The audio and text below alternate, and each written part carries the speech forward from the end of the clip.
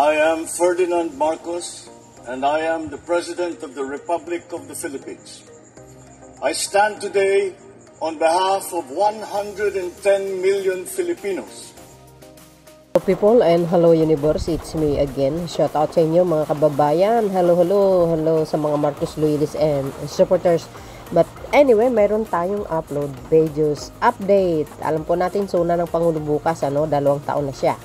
Sa loob ng 2 taon mga kababayan, maraming kumukutya, no? Kinikriticize ang Pangulo. Ano ba daw ang nagawa niya? Itong video na ito guys, ang ilalabas natin dito is yung ano lang, no? Yung land titles kung ilang libo na ang pinamimigay ni Pangulong Marcos Jr. since na umupo siya. Sa madaling salita, ito ay nasa agriculture. Ito alam nyo naman ang Pangulo, nakafocus po yan sa agricultural sectors. And of course, the rest. Priority talaga ang mga magsasaka. So, dahil dito, para mabasa po natin, kompleto sa mga DDS na nagsasabi, ano ba daw nagawa ni Pangulong Marcos Jr. Ito, hindi kasali dito ang mga proyektong mga pangkalsada, pangtulay, yung mga malalakihang proyekto, hindi kasali dito. Ito yung part ng ano lang guys, ng how many thousand na na-distribute ng land titles through the Department of Agrarian Reform. Okay? Para sigurado, kompleto rekado, panoorin nyo ito. Eto na. Sabi po dito guys ng Philippine News Agency, okay? 2 years, PBBM admin, 138,000. Big sabihin, 138,000 agrarian beneficiaries receive land titles. Biro nyo yun? Sa loob ng 2 taon po yan. Ngayon, masasabi nyo ba na yung mga puon nyo, nagagawa nila itong ginawa ni Pangulong Marcos Jr.? Siguro ang masasabi ko, hindi po. Malayong malayo. Ganun ka hands-on si Pangulong Marcos Jr. sa agriculture sector. Marami po na tayong kumbaga video na in-upload dito mga kababayan. Hindi naman kompleto pero kahit papano nakatutok din ako para lang ma-upload, ma-spread yung mga magagandang gawa ni Pangulong Marcos Jr. sa loob po ng 2 taon. 4 na taon pa tayo magsasama mga kababayan. Sabi po dito, July 21, 2024, Manila, sabi niya, Manila, over 138,000 agrarian reform beneficiaries have so far received land titles under the administration of President Ferdinand R. Marcos Jr. According to the Presidential Communication Office, a day before delivers his 3rd State of the Nation address, the PCO said in social media post that a total of 138,056 ERBS have already received and titles from July 2022 to July 10, 2024. Yung sinasabi nyo na nagsasabi na ginagawa ni Pangulong Marcos Jr. kasi nangangampanya. Paano niyo nasasabi nangangampanya yan? 2022 ginawa niya na yan. Kauupo niya pa lang. Hindi pa nga hindi pa nga nag-outtaking bilang presidente. Kinausap niya ng mga billionaire kung paano ang gagawin, kung ano ang magiging contribution nila para partner sa gobyerno, para kumita din sila, kumita ang gobyerno, magkaroon ng trabaho ang mga Pilipino. Yan, di ba? Tingnan nyo yan, mula July 2022 hanggang July 10, 2024. 2 years pa lang yan. How much more? 4 years. Kaya abangan po natin yan. At i-spread natin po dito. Tuloy. The PCO said it was in line with the promise of the President during his second SONA that he would continue to implement the agrarian reform program of the government. Biro nyo yan. Likewise, the PCO also noted that how Marcos fulfilled his promise in his first SONA in 2022 to pass a law that will emancipate that agrarian reform beneficiaries from the agrarian reform debt burden.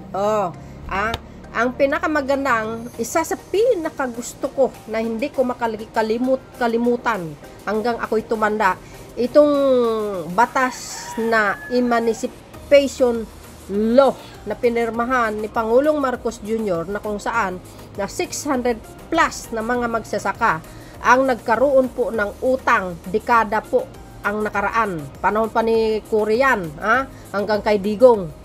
Yan po ang isa sa burden nila na umaabot po ng 57 billion plus ang utang ng mga magsasaka.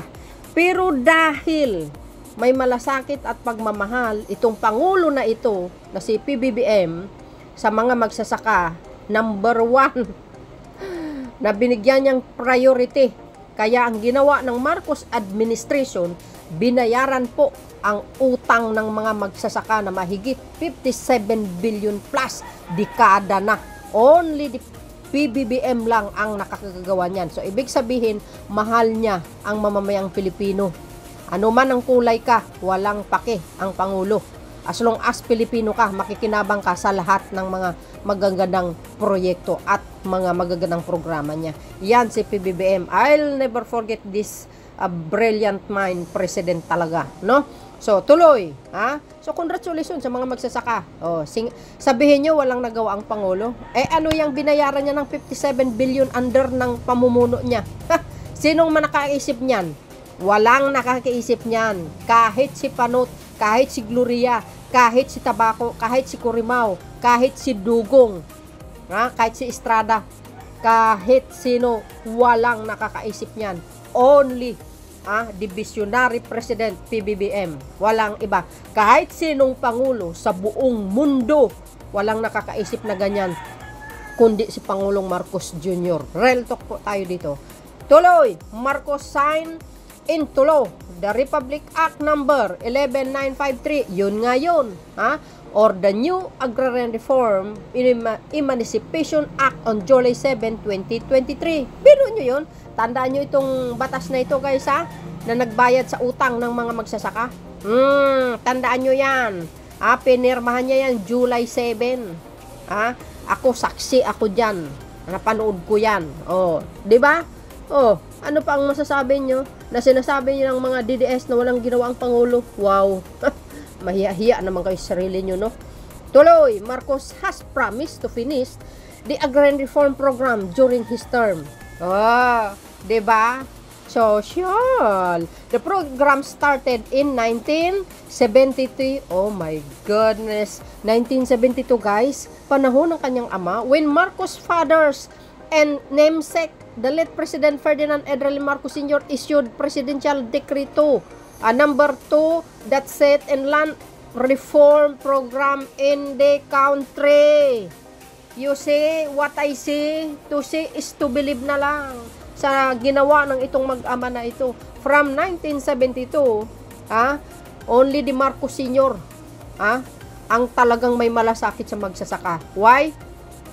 Nakafocus din siya doon Remember, mga kababayan, sa panahon ni dating Pangulong Marcos Sr., guys, kayo naman, parang wala kayong alam. Nag-export tayo ng bigas, diba? Because naka-focus ang pamahalang Marcos that time sa mga magsasaka. Maganda ang kanyang pamumuno. Very supportive. At ito naman ang ginagawa ng kanyang anak. At tinuloy lang kung ano po ang naumpisa ng kanyang ama.